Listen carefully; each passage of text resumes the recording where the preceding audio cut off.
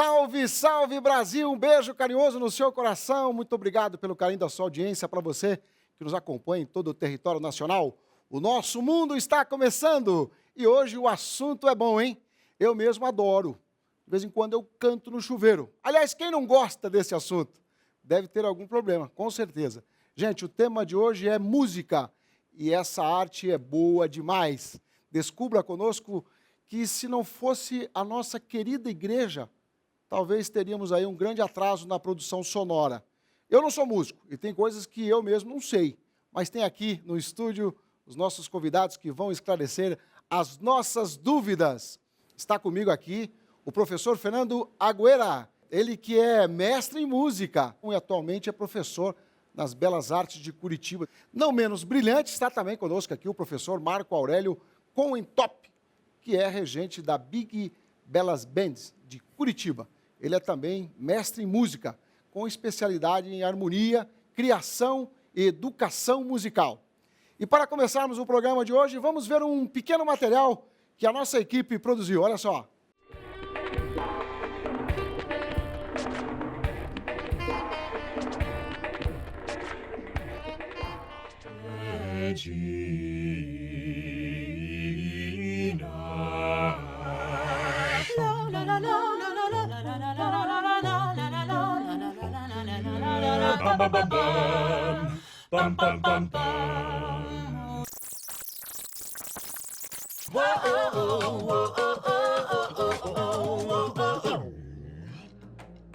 A música existe e sempre existiu como produção cultural, pois, de acordo com estudos científicos, desde que o ser humano começou a se organizar em tribos primitivas pela África, a música era parte integrante do cotidiano dessas pessoas. Acredita-se que a música tenha surgido há 50 mil anos.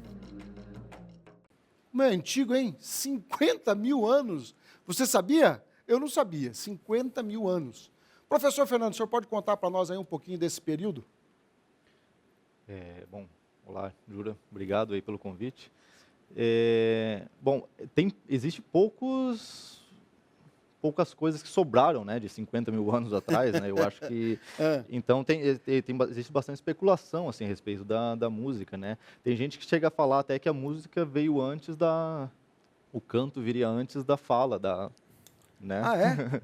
Antes da gente aprender a falar? Antes de aprender a falar, talvez a pessoa começou a Olha aí, e cantar, né, uma espécie de tem música, sentido, né? tem sentido. Então, tem bastante coisa que encontraram de flautas, de ossos, né? Provavelmente, certeza que o primeiro instrumento foi a voz, né? Uhum. Depois, provavelmente, a percussão, né? Começaram a bater em alguns galhos secos, alguma coisa. Depois, essa coisa da flauta, né? O instrumento de sopro, que deve ter sido aí o terceiro instrumento, talvez, nessa ordem. Ah, é? Tem Né? bastante informação. E aonde estão os principais lugares que a gente pode encontrar isso aí que o professor está falando, Marcos? Tem algum museu? Sim, bom, nos principais museus do mundo, no Louvre, Museu do Vaticano, isso tem bastante desse material recolhido, como o professor Fernando já falou, esse material de ossos, de pequenas liras, né, instrumentos de corda primitivos e instrumentos de percussão também, né? Isso aí nos grandes museus dessas grandes cidades tem esse material, eu já presenciei, né? Então, realmente, a música vem vindo, né, desde o início da humanidade e ela se transformou muito, né, desde então.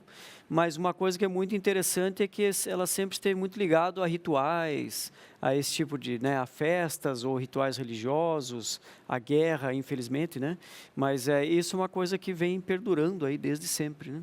Então, na verdade, a igreja tem realmente essa participação muito grande. A religião, na verdade, teve essa participação muito boa, muito grande para a música, né? Sim, eu acho que desde da Grécia, né? E aqui acreditava-se que as músicas eram originárias dos deuses, né? Então vinha dos deuses, Apolo, né? Os deuses da música. A igreja cristã, ela pegou uns cantos e tudo da igreja hebraica, né? Então, os primeiros cantos cristãos provavelmente são influenciados pelos cantos hebreus, né? Hebreus. Aliás, por falar nisso, é o seguinte, ó, nós temos aqui um assunto que é muito bacana que a equipe preparou aí sobre esse tema, que é sobre a questão lá do tempo antigo. Olha só.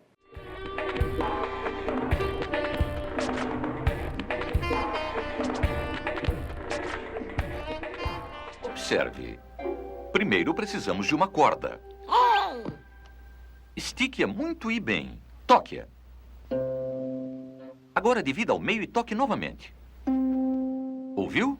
É o mesmo tom, uma oitava acima. Agora divida esta parte ao meio. Mais uma vez. Pitágoras descobriu que a oitava estava numa razão de 2:1. Com simples frações ele conseguiu isto.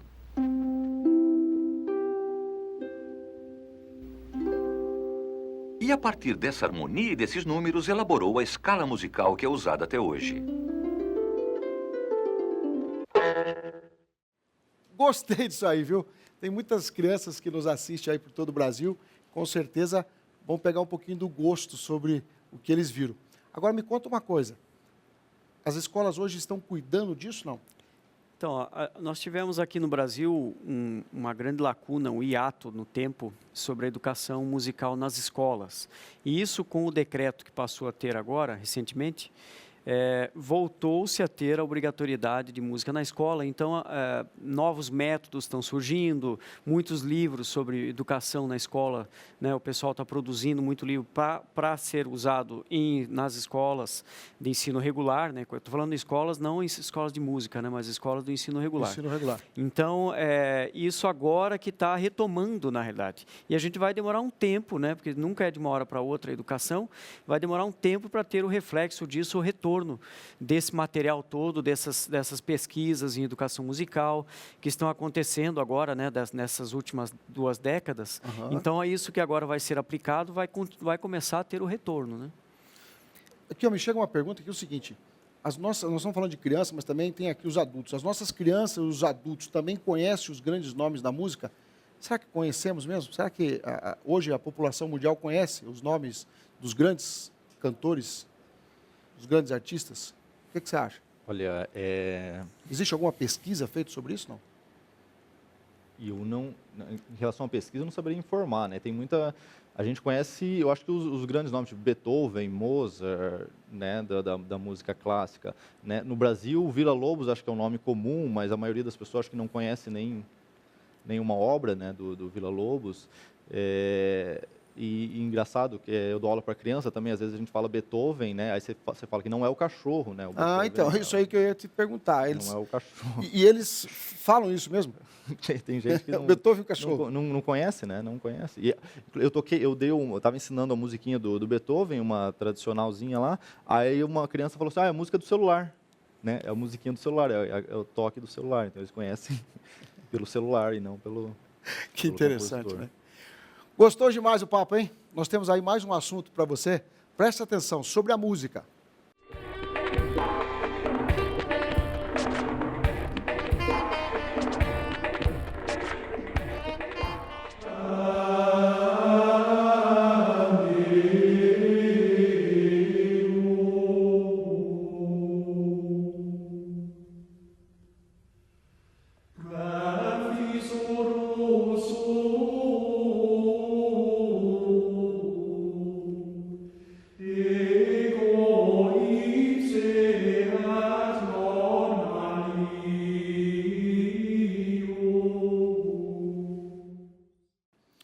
Eu particularmente gosto muito da música gregoriana. Por que ela nos remete assim a uma paz? O que acontece? Bom, uma grande parte disso se vem a ela trabalhar muito com uma escrita em uníssono, ou seja, as vozes cantando igualmente, não ter muito movimento, né? Ser uma coisa, uma escrita, o ritmo mais lento, mais sossegado, mais sereno. Isso já transmite, né, intervalos não tão longos, né? Ou seja, não muito, uma diferença de sonoridade não muito grande. Então, isso tudo acaba te remetendo a uma paz, né? Uma tranquilidade na hora com a hora que você está ouvindo.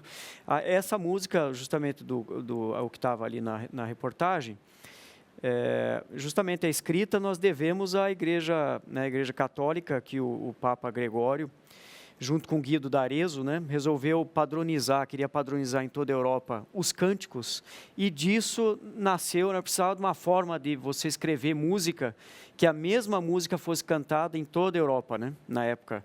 Então, graças a isso que nasceu a escrita musical, essa com as bolinhas, né, enfim, né, porque tudo era na base das cifras, as letras A, B, C, D, E, F, G, já existiam na época, e depois surgiu essa escrita do pentagrama, com as linhas e tudo, surgiu justamente dessa vontade do Papa Gregório em padronizar os cânticos. Então, você tinha uma parte escrita que você podia passar para todas as igrejas e todos cantariam o mesmo cântico, né? Então, isso a gente realmente deve à Igreja Católica. Interessante. Sabia disso, Fernando? Pois é, e inclusive foi graças à escrita, né, que depois foi criada a polifonia, e daí, né, são várias vozes ao mesmo tempo, foi possível melhorar, desenvolver, né, evoluir um pouco a música, né, porque daí depois eles decoraram todos esses cantos gregorianos, então daria para criar outras coisas em cima disso, né, e foi desenvolvendo, aí que foi surgindo Palestrina, depois Bach, né, e a música foi desenvolvendo, a música ocidental, né, foi desenvolvendo aí, né. Nós temos assunto aqui para muitos blocos, hein? Você gosta de música? Conte para a gente, não deixe também de se tornar um associado ligando para a nossa operadora 041 8401 0909 dígito 1 e torne sócio aí da nossa TV.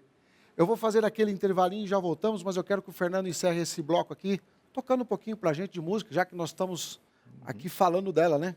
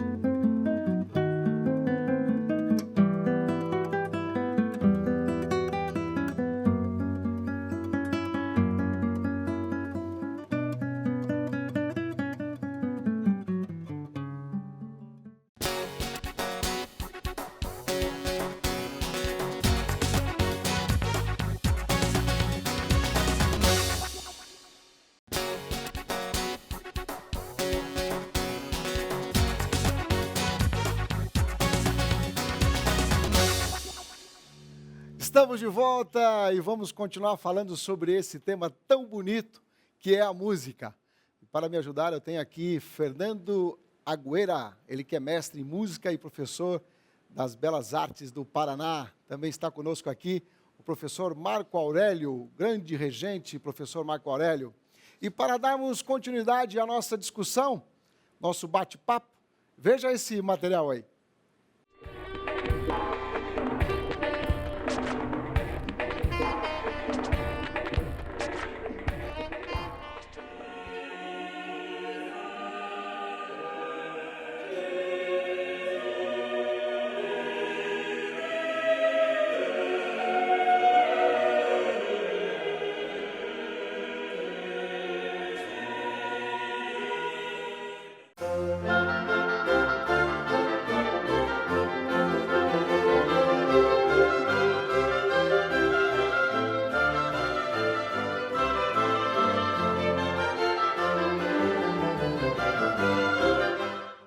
Fernando, fala um pouquinho sobre o que a gente viu aí. Eu até senti que seus olhos ficaram até lacrimejando aqui de emoção. Fala aí pra gente. Sim, a música do Bach é algo que... Acho que a música ocidental, hoje em dia, o que a gente estuda, ela tem... Se não fosse o Bach, ela não seria a mesma coisa, né? Esse é um compositor aí da igreja, né? Ele era da igreja luterana, no caso. Ele trabalhava para a igreja.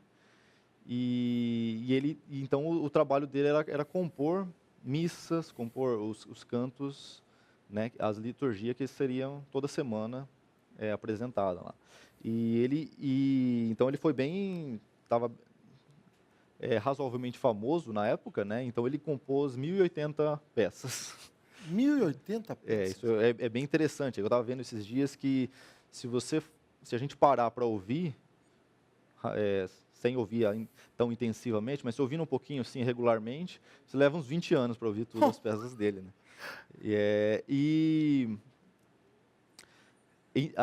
Ele é do período barroco, que a gente chama, né? Ele é um compositor que tem uma grande essa coisa do contraponto, do jeito que ele escreve, assim, né? E isso foi originário do Palestrina, que foi o que passou antes, né? Do período da Renascença.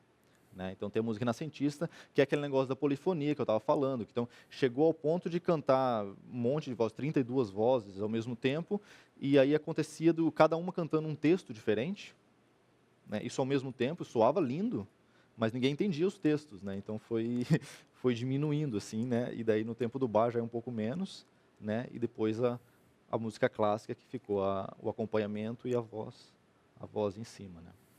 Interessante. Ô, professor Marco, me conta uma coisa. Para comparar com o Bach, tem alguém que a gente possa, assim, que o senhor conhece? Olha, é que o Johann Sebastian Bach foi um compositor, na época, né, o top de linha, digamos assim, né? Ele chegou ao máximo desse tipo de escrita polifônica, ou seja, escrita com várias vozes, né? Com cada um cantando uma voz independente. Então, ele realmente foi um elemento de muito destaque. Muito bem, muito bem. Nós temos mais um material aqui que eu gostaria que vocês acompanhassem. Olha só.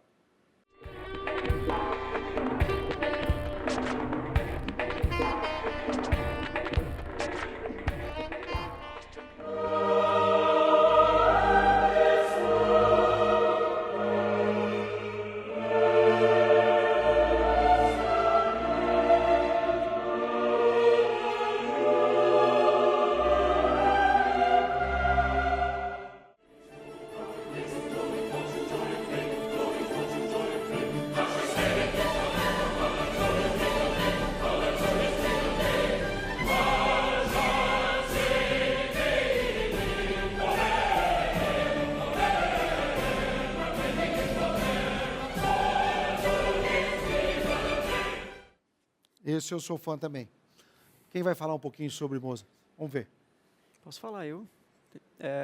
Bom, o Wolfgang Amadeus Mozart foi um filho de um violinista, Leopold Mozart, que era professor de violino na época, e ele teve uma vida muito precoce, né? O pai dele, tanto o Wolfgang como a Nannerl, que era a irmã do Mozart, desde pequeno estudando música, e justamente com esse princípio de meio que ganhar dinheiro mesmo, né, com as crianças, né, em cima daqueles elementos prodígios, né?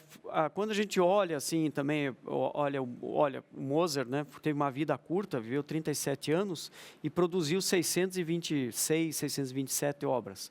Entre isso, óperas, né, inteiras, né, ou seja, são horas e horas e horas, né, dezenas de horas de música. Mas em cima disso a gente olha, pensa que tudo isso cai do céu, assim, né? E na realidade não é, na realidade é fruto de muito trabalho, de muito estudo desde pequenininho, né? Desde os 4 anos que já tocava violino e aprendendo.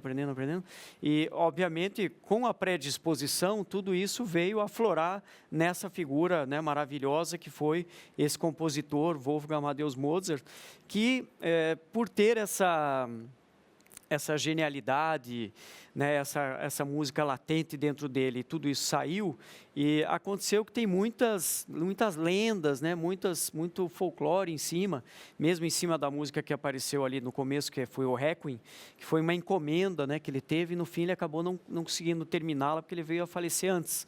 Ficou doente e acabou, né, não concluindo a obra. Mas então é um compositor de muita...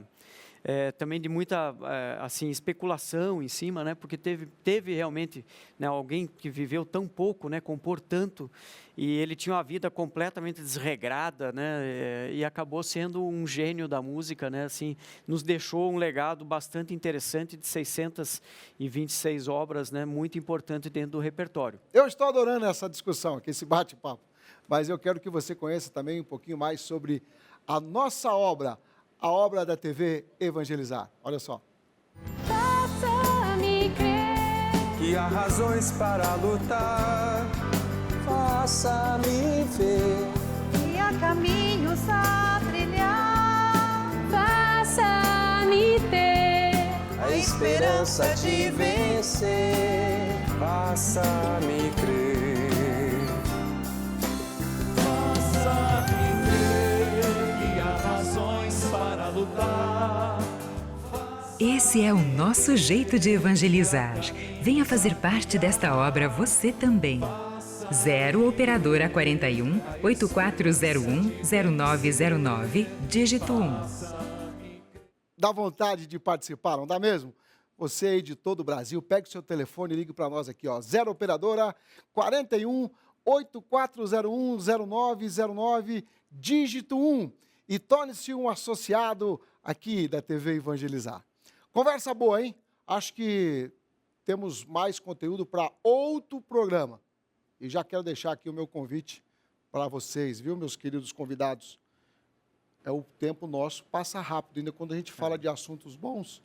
Mais rápido ainda, Marcos. Sim. Muito obrigado pela sua presença. Me veio uma pergunta aqui, o seguinte, para você me responder rapidinho, o seguinte: se meu filho quer se tornar um músico, o que eu devo fazer? Bom, obviamente tem que inscrevê-lo numa academia de música e ver qual instrumento, né, que ele se adapta mais, né? Então, agora tem alguns lugares gratuitos, né? Por exemplo, aqui em Curitiba tem um conservatório de MPB, que tem aulas com preço bem acessível. A Escola de Música e Belas Artes também tem alguns cursos de extensão, né, que é a formação musical 1, 2 e 3, onde você, no formação 1, entra desde pequenininho, com 6 anos. Então, você também, né, tem um custo baixíssimo. E, realmente, ou as escolas particulares, né, ingressá-lo numa escola e ver qual instrumento que ele vai tomar gosto, porque isso é importante, né? Tocar um instrumento que você tenha prazer em executá-lo. Que bom. Isso aí. Muito obrigado, professor Marcos. Obrigado pelo convite. Fernando, Só para complementar, por favor.